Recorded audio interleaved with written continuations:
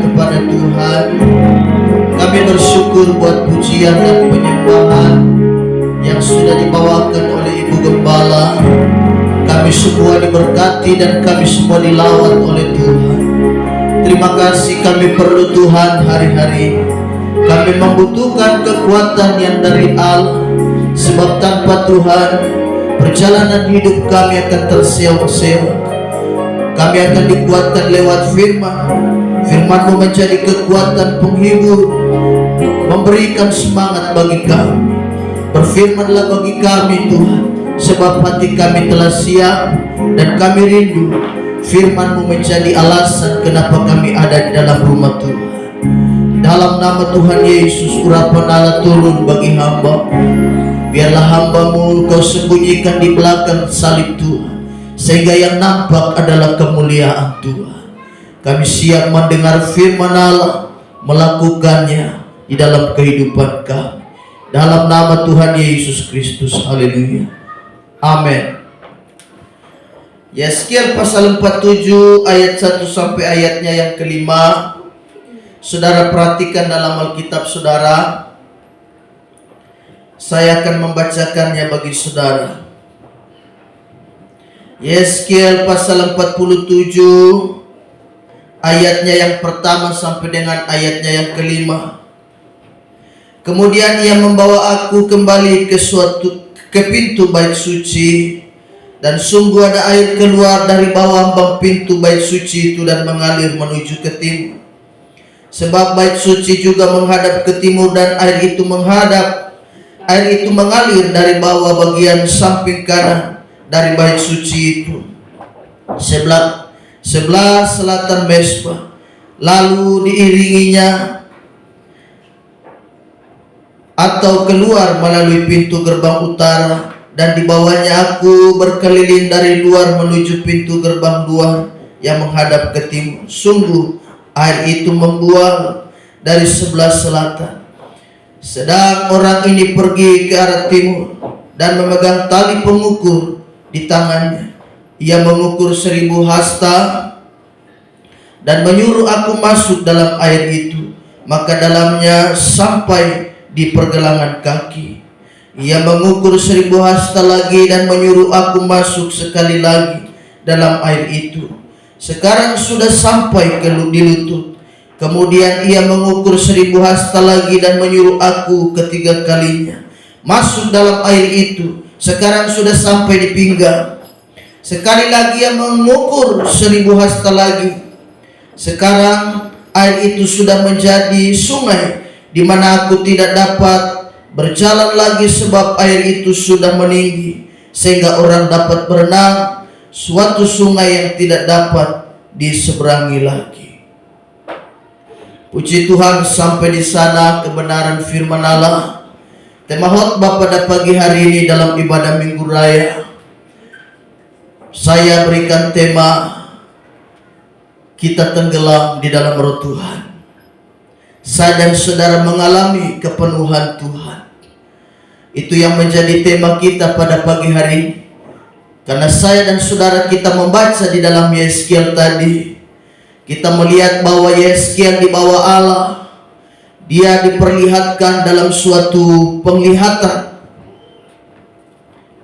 Dalam penglihatan dari seorang hamba Tuhan Yeskiel situ, dia melihat bahwa dia dibawa oleh Tuhan. Dia melewati beberapa air yang dibawa oleh Tuhan untuk bagaimana Tuhan memperlihatkan karya yang besar di dalam hidupnya. Kita melihat di sini firman Allah tadi berkata, disinggung ada di situ tentang bicara tentang bait Roh Kudus, bait suci. Kemudian ia membawa aku kembali ke pintu bait suci. Bait suci adalah gambaran hidup saya dan saudara. Bait suci adalah bicara hidup kita.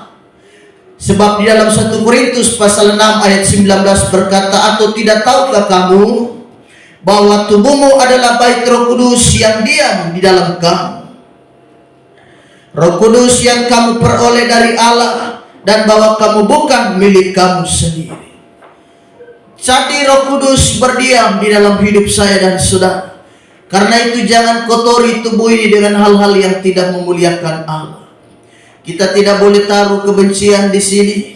Kita tidak boleh taruh hal-hal yang itu bersifat menyinggung perasaan Tuhan. Karena Roh Kudus itu terlalu kudus, Dia ada di hati kita. Kita jangan taruh penyembahan berhala di sini. Kita menyembah yang lain. Kita percaya pada Kristus yang lain. Kita percaya pada ilah yang lain. Dalam bacaan pada hari Jumat kita melihat Allah yang mereka percaya. Allah yang punya mata tapi tidak bisa melihat. Allah yang punya tangan tapi tidak bisa menggenggam. Allah yang punya telinga tapi tidak bisa mendengar. Itu Allah di luar sana yang dipercaya oleh orang-orang kafir. Tapi saya dan saudara kita punya Tuhan yang hebat.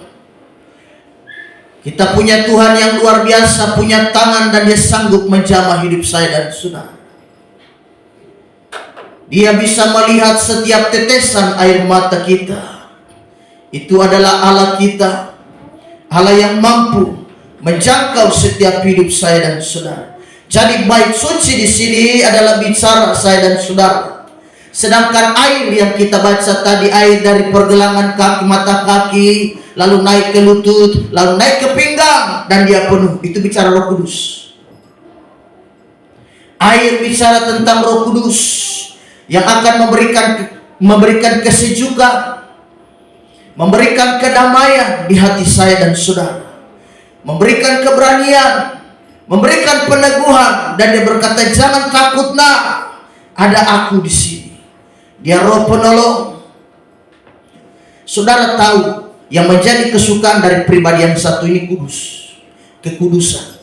Begitu kita berdosa sedikit, begitu kita najis sedikit, dia sudah undur. Dia tidak suka. Karenanya salah satu doa daripada seorang Raja Daud, dia berkata, janganlah kiranya rohmu undur daripada aku. Karena kalau roh Tuhan undur, saya dan saudara tidak ada apa-apanya. Biar saudara pintar ngomong, pintar bicara, tapi kalau roh Allah undur, perkataan kita sia-sia. Orang tidak senang mendengar. Biar saudara fasih, tapi fasimu kalau tidak dibungkus dengan roh Allah, sia-sia. Jadi betapa pentingnya Roh Kudus di dalam hidup kita. Yang menjadi kesukaan dari pribadi yang satu ini kekudusan. Karenanya dia disebut Roh Kudus. Firman Allah berkata, kuduslah kamu sebab aku kudus. Sebab tanpa kekudusan tidak ada seorang pun yang bisa melihat Tuhan. Kita lihat ada 4 langkah yang saya dan saudara harus temukan. Dan itu menjadi langkah kita juga dalam pelayanan. Ada 4 langkah kerohanian kita dalam kita mengiring Tuhan. Yang pertama di ayat 3, Yeskiel 47 ayatnya yang ketiga. Firman Allah berkata, sedang orang itu pergi ke arah timur dan memegang tali pengukur di tangannya. Ia mengukur 1000 hasta dan menyuruh aku masuk dalam air itu. Maka dalamnya sampai di pergelangan kaki. Air yang menyentuh mata kaki atau pergelangan kaki, itu bicara tentang Roh Kudus berkarya di dalam hidup kita. Maka yang Ia lakukan, yang Ia kerjakan adalah Dia mengarahkan langkah kaki kita pada langkah yang benar. Air yang sampai pada mata kaki itu bicara tentang Roh Kudus mengarahkan kita, langkah kita pada langkah yang benar. Lukas 1 ayat 79 berkata begini, untuk menyinari mereka yang diam di dalam kegelapan dan dalam naungan maut, untuk mengarahkan kaki kita kepada jalan damai sejahtera. Perhatikan, mengarahkan kaki kita pada jalan damai sejahtera. Air yang menyentuh mata kaki, Roh Kudus akan menyadarkan orang itu, membuat dia bertobat, membuat dia percaya, lalu dia mengarahkan langkah orang itu pada langkah yang benar. Jadi langkah yang pertama yang saya dan saudara harus ikuti, seperti yang Yeskiel alami, dan langkah kita adalah langkah yang benar, langkah hidup benar. Air yang menyentuh mata kaki, Roh Kudus mengarahkan langkah kita. Biasanya langkah kita pada langkah yang salah. Biasanya langkah kaki kita pada langkah yang menjurus kepada hal-hal yang tidak memuliakan Allah. Hari Minggu kita bukan melangkah pergi ke gereja, kita pergi ke tempat-tempat yang lain. Itu langkah yang salah. Itu yang Roh Kudus ubah. Sekarang kau tidak melangkah lagi ke sana, kau sekarang melangkah ke rumah Tuhan. Air yang menyentuh mata kaki.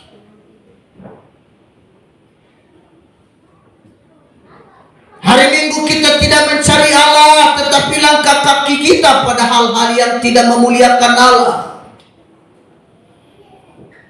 Kita mengarahkan langkah kita kepada hal-hal yang tidak memuliakan Tuhan. Hari Minggu bukannya cari Allah, kita pergi datang naik turun rumah orang. Kita pergi duduk nongkrong-nongkrong di sana sambil kita membahas aib orang. Itu langkah yang salah. Langkah itu yang perlu saya dan saudara rubah.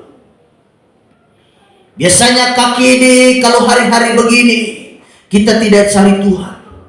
Kita pergi ke tempat-tempat rekreasi, ke tempat-tempat yang lain. Kita tidak cari Allah. Saya tidak melarang saudara untuk pergi ke tempat wisata, silakan. Tapi bisakah saudara kesampingkan itu dulu? Selesai ibadah bisakah? Selesai ibadah dulu baru saudara berikan, tidak jadi persoalan. Lebih celaka lagi hari Minggu ada yang pergi mancing. Adik-adik muda, karena itu saya selalu berpesan pada hari Sabtu siap diri. Kau lebih baik setrika baju, persiapkan baju apa besok mau pakai untuk melayani. Itu malam Minggu. Jangan kau bilang ini kan malam Minggu, malam panjang. Sehingga tahu jalan, tidak tahu diri. Lebih baik kau siap diri, karena besok ada pelayanan, besok ada sembahyang. Jadi langkah kita adalah langkah yang benar. Dulu kita berjalan di tempat-tempat yang tidak memuliakan Tuhan. Tetapi kali ini aku sadar, karena Roh Kudus telah mengubah hidupku. Langkah kakiku kini-kini aku telah berada di dalam rumah Tuhan. Yang kedua, Yeskiel pasal 47 ayat 4 bagian A. Ia mengukur 1000 hasta lagi dan menyuruh aku masuk sekali lagi dalam air itu. Sekarang sudah sampai di lutut. Sampai di situ.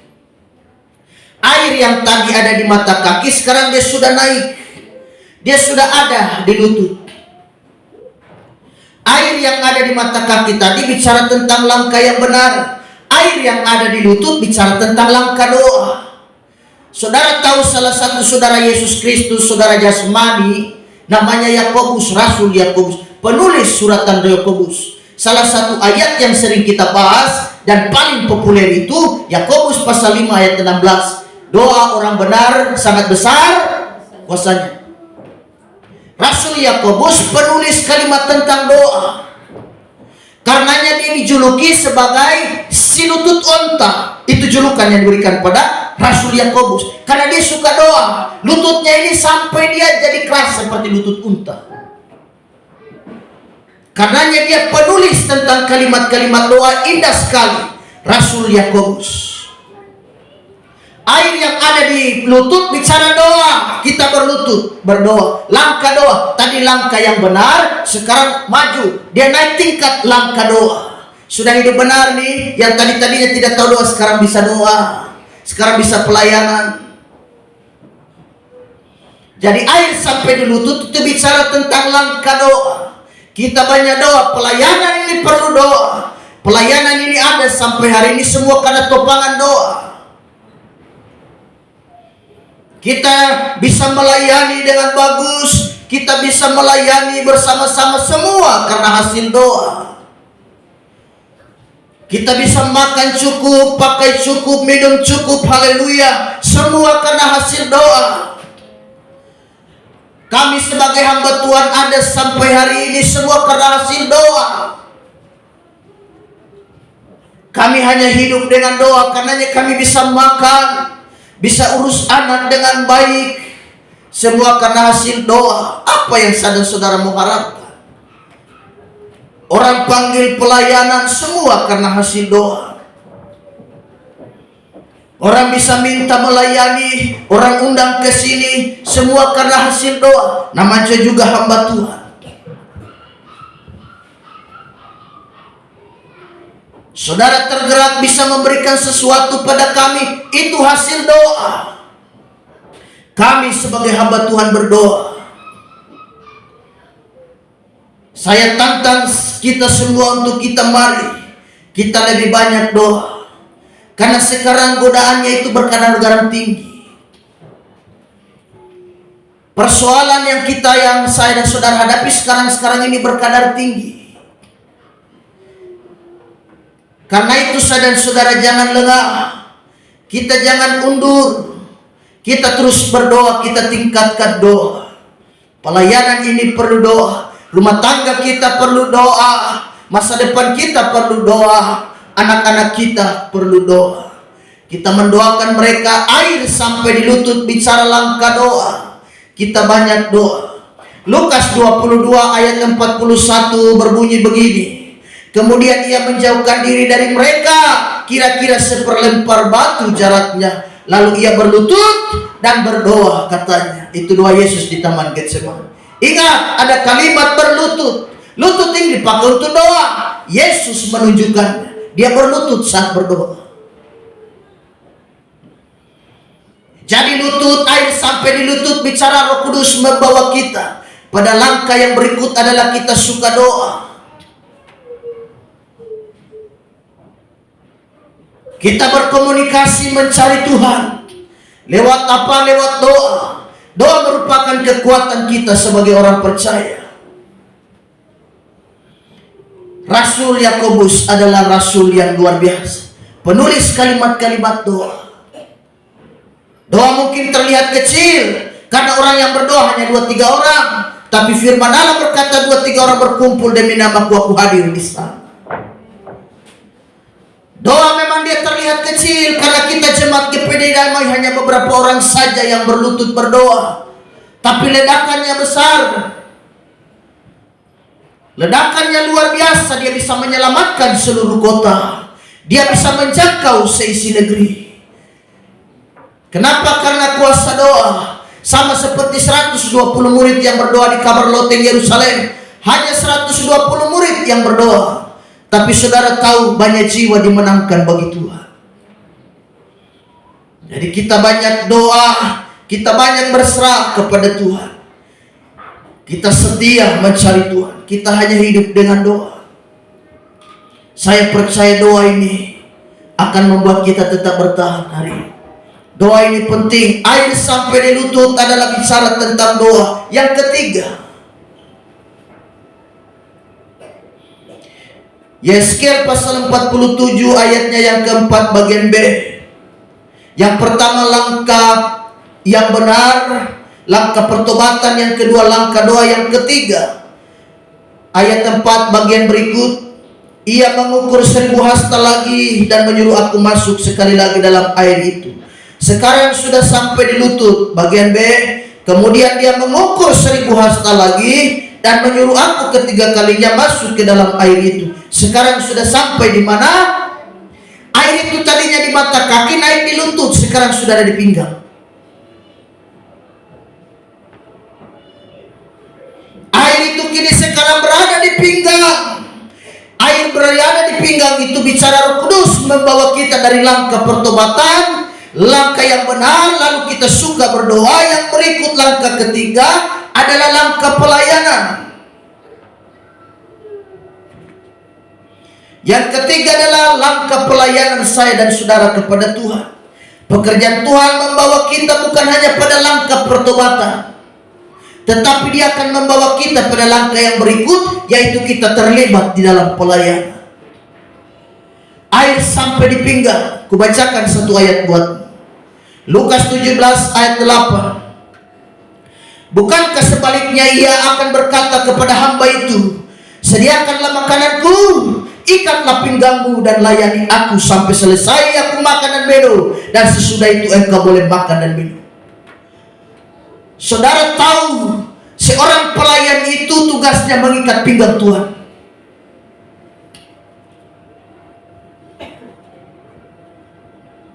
Jadi itu pelayanan.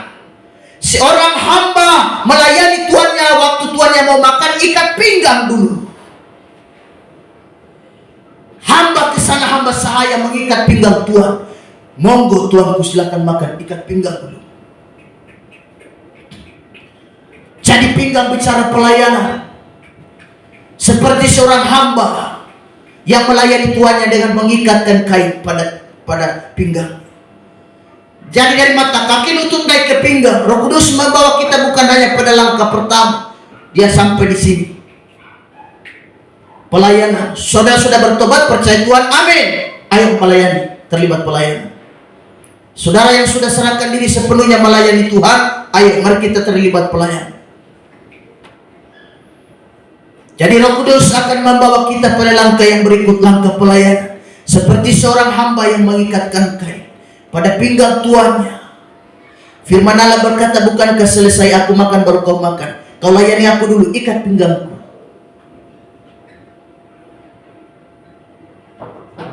Kita terlibat pelayanan. Kita seperti seorang hamba yang melayani Tuhan.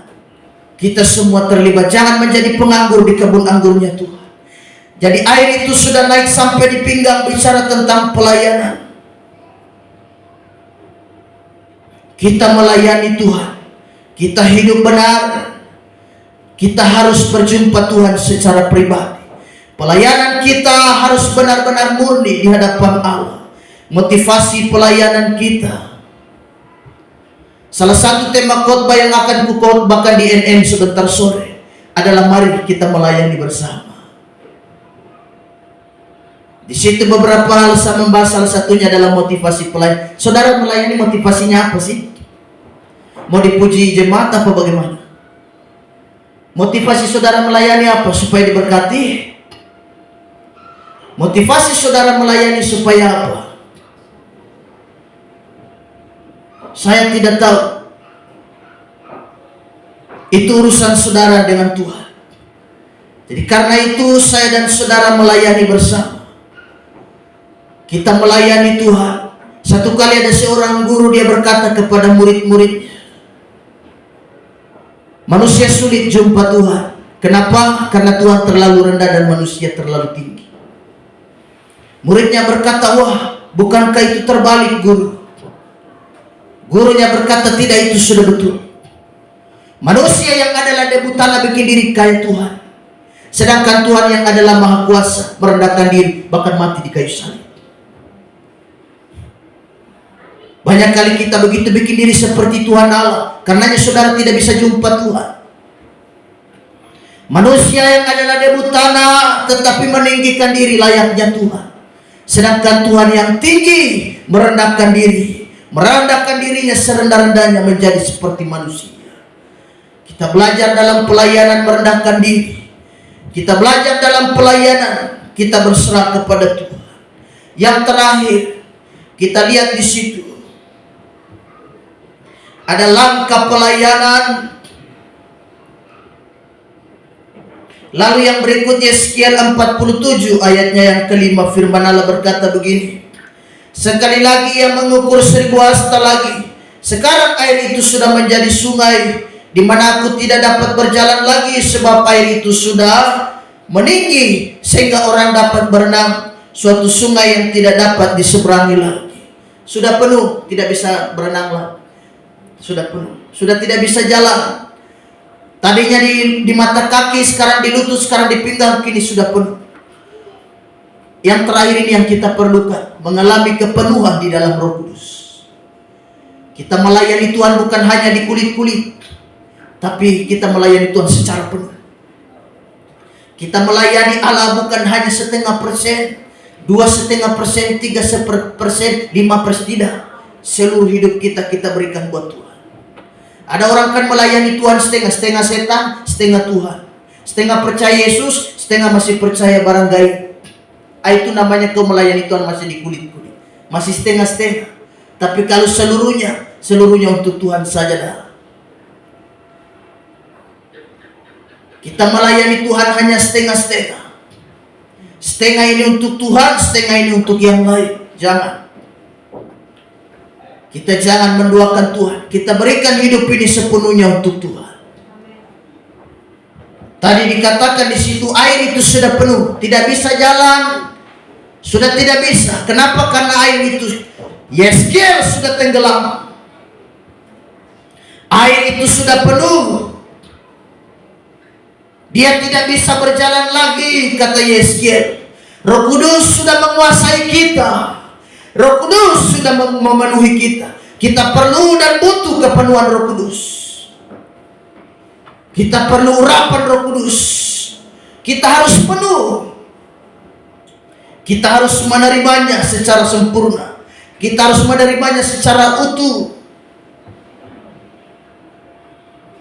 Kita terlibat di dalam pelayanan. Siapa Petrus? Dia adalah seorang pengecut, pernah menyangkal Yesus 3 kali. Tapi pelayanannya dipakai Tuhan ketika dia bertobat. Dia melayani Tuhan, diurapi Allah dengan urapan Roh Kudus. Dia berbicara yang paling lantang, hei orang Yahudi, ini baru pukul 9 pagi, mereka tidak mabuk oleh anggur. Tetapi mereka berada di dalam urapan Roh Kudus. Dia bicara lebih lantang daripada rasul yang lain. Dia jadi pemberani. Sekali khotbah 3.000 jiwa bertobat. Bayangan saja dia lewat, orang sakit kena bayangannya sembuh. Siapa Paulus? Paulus mantan pembunuh. Tapi dia bertobat dan dia dipakai Tuhan. Langkah pelayanannya diurapi Allah luar biasa. Roh Kudus memakai dia. Sapu tangannya saja, kena orang sakit sembuh. Mari kita melayani, mari kita penuh di dalam Tuhan. Kepenuhan. Jadi bukan hanya di mata kaki, bukan hanya sampai di lutut, bukan hanya sampai di pinggang, tapi saya dan saudara mengalami sepenuhnya. Tetap setia, tetap penuh di dalam Tuhan. Haleluya, jemaat kekasih. Tetap penuh ya. Saudara tetap setia melayani. Jangan saudara jadi Kristen mata kaki, jangan. Atau baru sampai di lutut, hanya sebatas ikut kegiatan doa. Hanya doa saja. Kita harus penuh. Bertobat, doa, pelayanan, kita penuh di dalam Tuhan. Jadi kekristenan kita diukur dari 4 hal ini. Saudara pagi hari ini bisa mungkin merenungkan. Saya kekristenan, saya melayani Tuhan baru sampai di batas mana ini? Bapak Gembala saja ini kira-kira baru sampai di batas mana ya? Tuhan ampuni saya kalau sekiranya hanya sampai di pinggang. Hanya melayani Tuhan sebatas melayani. Kita harus cross check. Coba kita mawas diri. Kita sambil menyanyi, kita mawas diri, kita periksa. Aku sudah sampai pelayanan kepada Tuhan, sudah sampai di mana? Di mata kaki kah? Di lutut kah? Di pinggang kah? Atau penuh? Aku Kristen yang mana ini? Kristen yang hanya sampai di pinggang? Apa kita sudah tenggelam di dalam Tuhan? Tuhan Yesus memberkati. Sinar kemuliaan. Kita angkat pujian.